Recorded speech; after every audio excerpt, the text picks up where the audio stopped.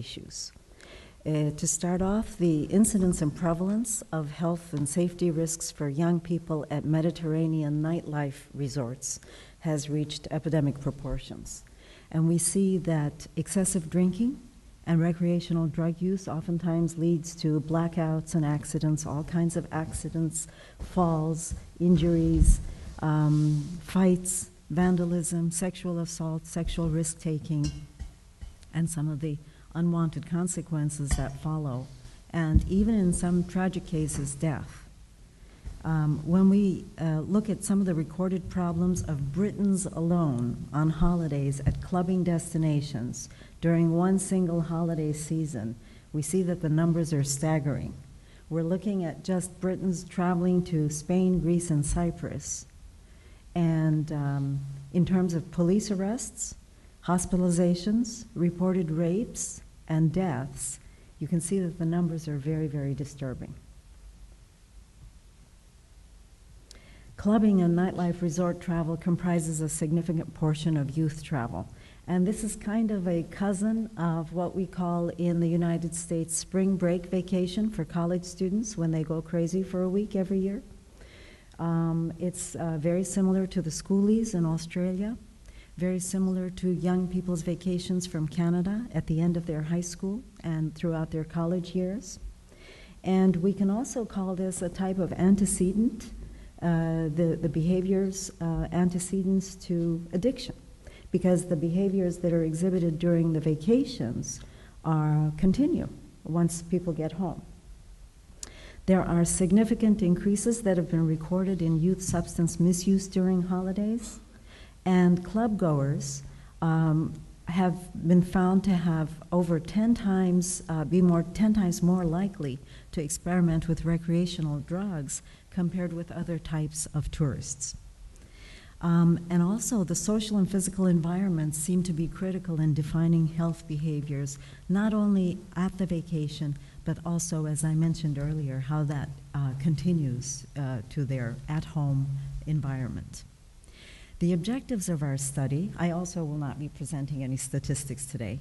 The objectives of our study were to reveal the physical space where health and safety risks unfold for clubbing tourists, to delineate the social organization of risk and identify populations involved, to ascertain the risk exchanges and transactions among the different groups of people, and also to explore the types of adjustments that are needed to structural influences in order to devise harm reduction efforts. We are not so ambitious as to try to stop this behavior of millions of young people. We are just hopeful in being able to devise harm reduction strategies to make their environment safer. But before I get into the research, I want to give you a little bit of indication of the role of tour operators in the growth of clubbing tourism. There are huge multinational tour operators that sell very, very cheap, all-inclusive package tours to destinations that we call, in my field, triple S destinations, which is sun, sand, and sea. 2 more S's have been added to that in the form of spirits and sex. So when you put all of those S's together, they offer the kind of hedonistic play that involves nonstop drinking and round-the-clock partying every single day of the vacation. It also involves activities or behaviors that are unconstrained by home environment social norms, and dancing and social interaction to release oneself from customs of what we call civilized social spaces of daily life. All of this is done through very hard sell promotions of holidays that kind of heighten the sensational, ritualized experience of clubbing. It becomes kind of a coming of age activity for all young people in this age group. Clubbing tourists are usually young adults between the ages of 16 and 35. That is a large age range. They are sensation seekers, and it also includes members of their social and risk networks. Most of these tourists are Northern European, Scandinavian, Russian, and Israeli. They follow famous DJ disc jockeys to participate in local music scenes. They seek nightlife and entertainment venues. They engage in 24/7 parties, which includes the bar crawls and the foam parties and cruise parties and after parties, hence the title of my presentation.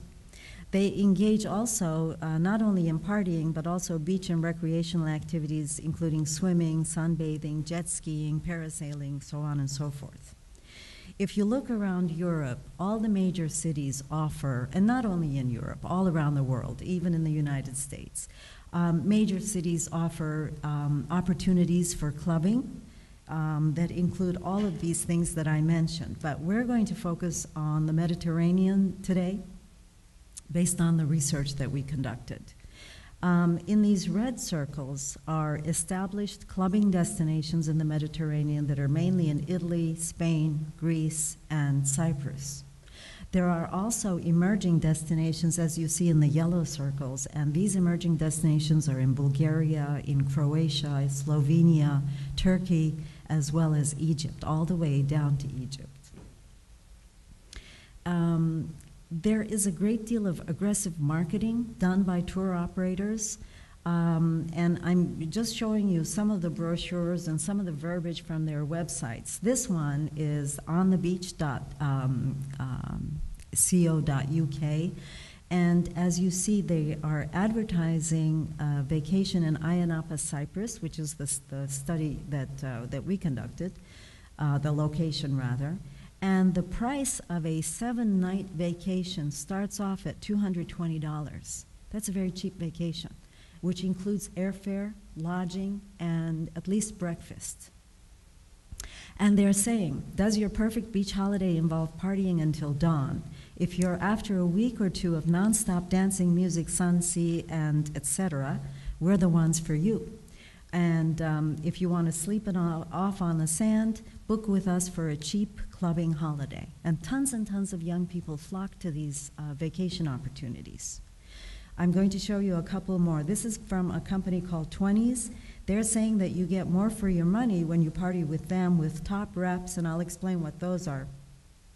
Bar crawls, booze cruises, etc. And I didn't even know what shape throwing on the dance floor was until I got involved in this study. Apparently, it's the dancing they're talking about. Here's another one by a company called Club 18 to 30, and they're advertising that it's not just sex, but there's a little bit of sun and sea as well, and you get 2 weeks of being drunk and disorderly.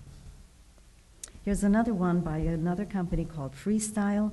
They're saying they're advertising all the same things, the bar crawls, beach, pool, and foam parties, but they're also making a point of advertising the 50 cents per drink nights, which means that any drink that you have that night is just 50 cents.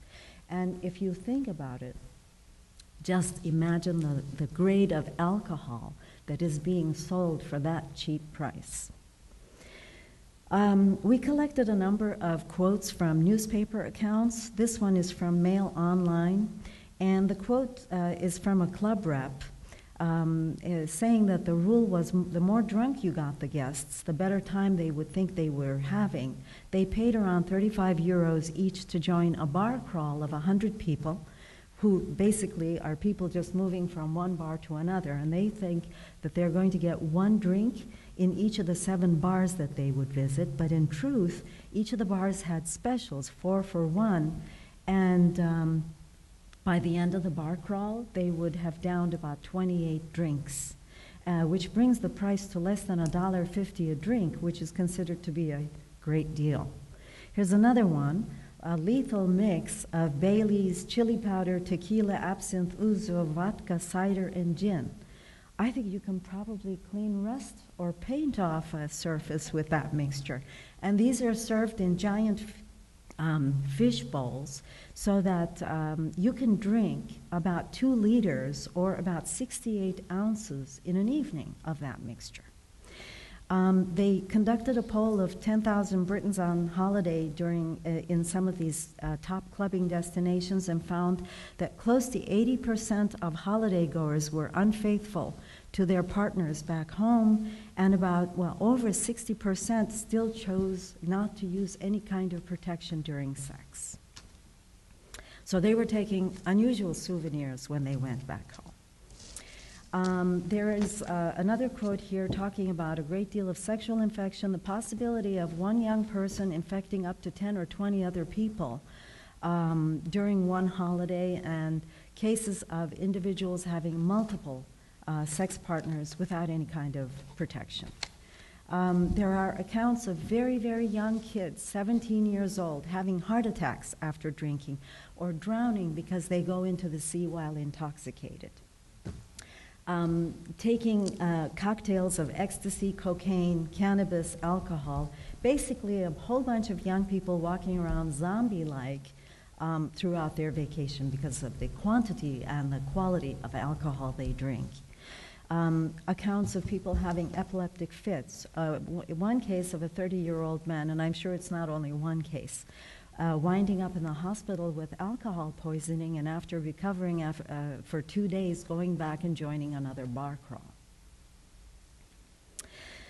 The methods for our research were based on paradigms of healthy settings and social networks. We conducted a rapid ethnographic assessment, and our study site was the island of Cyprus in the eastern Mediterranean in a small town called Ayia Napa. This is Ayia Napa here, and the trajectory of Ayia Napa, it started off, it was basically an agricultural region for many, many years, and in the 1970s, late 1970s, it began to be transformed into a mass tourism destination, began catering to the sun, sand, and sea tourists who were also seeking nightlife experiences. By the time the 1990s came around, it began to develop a reputation for being a clubbing capital, a clubber's paradise, topless sex capital of Cyprus, which was very disturbing to the local population of very conservative communities in the area. It began to compete with other top clubbing destinations, and family beaches, or what were once family beaches, became locales where there were alcohol and drug-related arrests, violence, and public sexual activity. By the time the 2000s came around, Ayia Napa was a top clubbing destination. And if you go on the internet looking for clubbing destinations, you'll find the name of Ayia Napa coming up again and again as one of the top destinations. There are about 400,000 tourists who descend upon this small town yearly between June and October. Our data collection of primary data included observation, both participant and non-participant observation. Some of our young field researchers entered into the boat trips and the beach parties and the nightclubs, pubs, and bars, and went to some of the after parties. We also conducted geo-mapping to determine the spatial patterns of the built environment where risks unfold, to try to place the clubbers in those risk environments. We conducted 38 informal discussions with key informants, gatekeepers, stakeholders, and tourists on the topics of interest. And we conducted 28 semi-structured interviews with key informants, tourism stakeholders, tourists, and the people who ran the, or worked in the dancing and drinking, the D&D venues. We also collected secondary data in the form of reports and records from police departments, hospitals, pharmacies, local government offices, tourism enterprises, and tour operator websites and brochures. This is a breakdown of the kind of data that we collected and from whom, as you see, we had informal discussions with 10 intoxicated foreign tourists, but our formal interviews were with the sober ones. We analyzed our data by transcribing the field notes and notes from our interviews. We conducted textual analysis to identify recurring themes and patterns, and we conducted thematic content analysis to generate insights. And the results that I'm going to present to you are going to be in the area of risk-enabling spaces, the populations involved and their risk networks, and the risks and consequences that we discovered. But as they say, one picture is worth 1,000 words. I have several photographs for you. These are some of the posters that when you're wandering around Ayia Napa, you see everywhere. The tourists come with a package that cover all of their, as I said, their transportation, lodging, and one meal in the day. but they pay out of pocket to go to these various parties, the boat parties, the beach parties, etc. And there are tons of these posters all over town beckoning, encouraging tourists to come to the various parties. And they're cheap to go into with the promise of alcohol. Now, the activities that the tourists are involved in, when we say 24/7 partying, round-the-clock partying, it really is round-the-clock partying. The daytime activities start around 10, 11 o'clock in the morning, and they go on until 6 p.m., and that involves drinking by the hotel poolside, socializing, sunbathing, various water sports, land sports, parties, foam party, beach party, day cruises, and a variety of contests and competitions. Around 6 o'clock, the nighttime activities begin, and that goes on, those activities go on until 6 o'clock the next day, 6 o'clock in the morning the next day. And those involve bar crawls, foam parties, club hopping, dance and music competitions, again with the DJs, and then once all that is done, the after parties begin. And here's an aerial photograph of Ayanapa, and I'm going to situate these various activities in this small concentration of space. In that red circle, that's where most of the drinking and dancing venues are, and we're talking about 250 bars, clubs, pubs, numerous dance and strip clubs, and discotheques. And the people who are involved in these activities are the clubbers, the representatives of the tour operators, DJs, barmen, PRs, bouncers, so on and so forth. And the activities involve the bar crawls, the heavy drinking, dancing, drugs, sexual behavior, strip shows, and as a result of that, not surprisingly, fights and accidents. Here in Nissi Beach, that's where the foam parties take place, beach parties, more drinking and dancing, water sports, and there's some minor crime, of course. On this side of the beach, we're seeing where the boat parties and the boat cruises take off. Same kind of activities, sexual activities, drugs, drinking and dancing, etc. These yellow circles depict where a lot of the accommodations are. They are also very much concentrated, and when all the other activities are done toward morning, say about 3, 4 in the morning, that's when the after parties begin. And the after parties are put together, organized by the hotels, and they involve heavy drinking, dancing, drugs, and sex parties. These are some photographs. On the upper right left-hand corner is a typical bar crawl. This is a small one.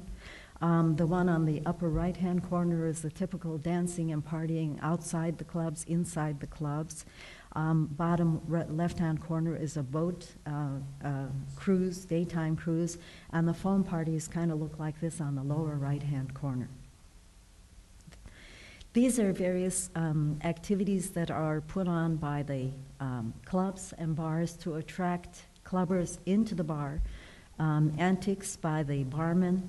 The photograph in the middle is the fishbowl that I was talking about, that crazy concoction. And the gentlemen on the right are also drinking from what's called a fishbowl. And that's the combination of all of those different types of alcohol. And you'll find it's not surprising to be able to drink 2 liters in an evening, because that's not the only drink they're going to have. A lot of the clubs are thematic. They have all kinds of different themes to attract people in. And here are a couple of young ladies, I suppose, having a good time. Now, looking at the populations and networks at risk, I think I've already described the clubbing tourists. Their main goal is to drink, party, enjoy the sun as cheaply as possible. The holiday reps that I mentioned are those on-the-ground representatives of the tour operators. They greet the tourists basically at the airport, and they shepherd them throughout their entire vacation through all the different activities.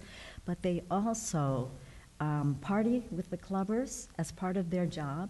They encourage tourists to drink. They take them on the different bar crawls, and oddly, they also get a commission from the different bars. Not only are they working for the tour operator, but they get commissions from the different bars for taking the bar crawls along that route. And they have been known to have sex with tourists as well. The PR staff, those are public relations staff. They're usually very provocatively dressed young women, attractive young women who work for the bars with, they stand outside with various brochures and promotional materials to try to beckon tourists in to take advantage of drink specials. The MCs are the masters of ceremonies. They kind of work together with the DJs. They introduce and praise the DJs and kind of hype up the crowd in order for the DJ to come on after they finish with their bit. The DJs are, some DJs are quite famous throughout Europe, and they have groupies. A lot of these clubbers follow DJs from one destination to another during different vacations. And they're responsible for selecting and playing recorded music, and their main focus is to control the crowd's energy level and to keep it as high as possible. The TOs and TAs, or those tour operators and travel agencies, as I mentioned, that specialize in nightlife and clubbing vacation packages. The owners and operators of the drinking and dancing venues, bars and clubs, they offer events. They're the ones who bring the big name DJs to their clubs. They create organized contests to keep up the excitement, and they provide a number of different drink specials to attract the clubbing tourists to their particular venue. And then there are staff working at these venues, such as bouncers and bartenders, wait staff who work in close contact with serving and managing clubbers. Now, we grouped these individuals in terms of primary risk consumers, beginning with the clubbing tourists, seasonal tourism employees who come down from various European countries to work in the tourism sector, serving the clubbing tourists for that season, but they also party. It's kind of a working vacation type of situation. Locals who engage with clubbing tourists, and also relationship partners of both the tourists and the locals who engage with them.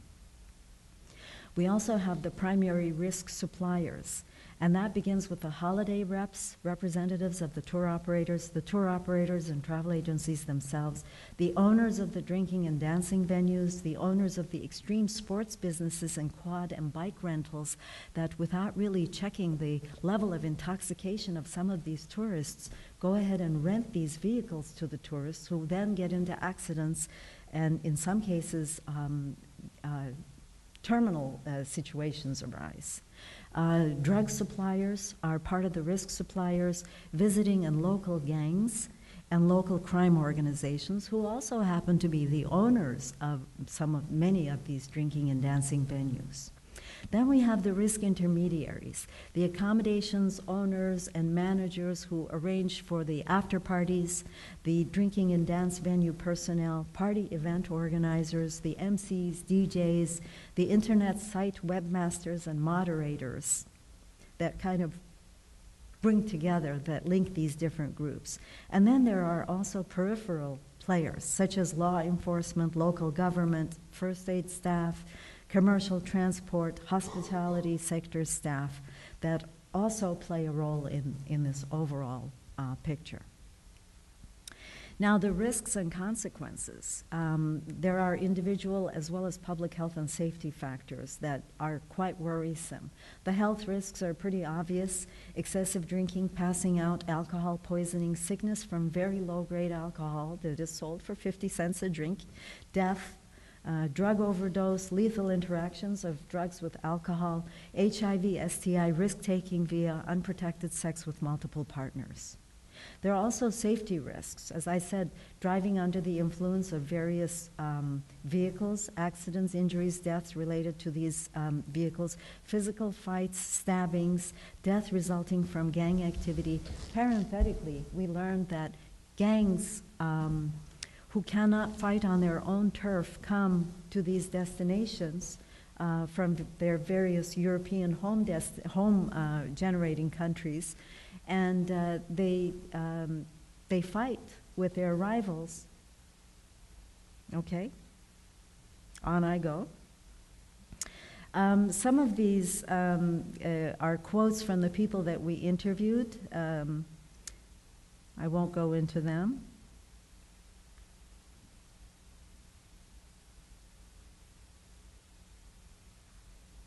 let's talk about the problems that I mentioned. These are some photographs that we took that depict what happens later in the evening, toward morning. These are some of the vehicles that are rented.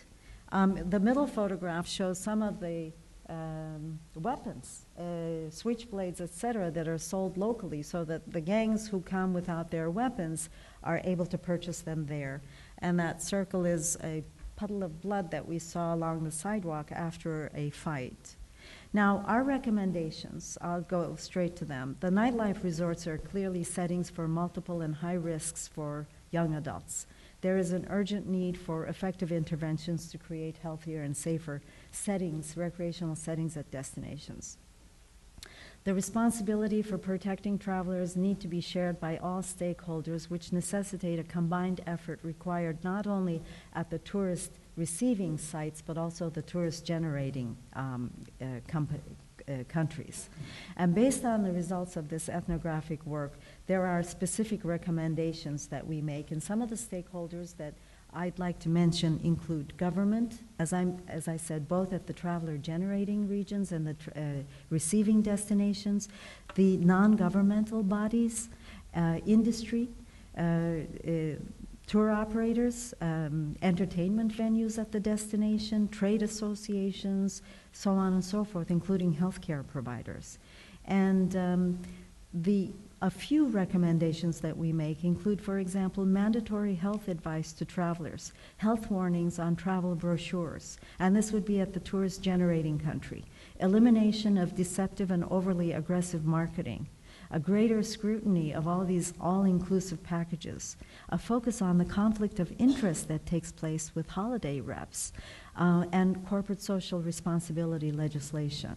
At the tourist receiving destination, very necessary health advice upon travel, perhaps mobile first aid health services, the enforcement of closing hours, efficient public transport, on-site licensing and helmets for the rental transport, training of venue staff, training for the police in terms of crowd control, and a clear police presence and rapid assistance, condom availability and accessibility, and planning and building codes for drinking and dancing venues, the clear indication or enforcement rather of drinking age, and designing safe bars and clubs in terms of structure, rules, and layout. That's it.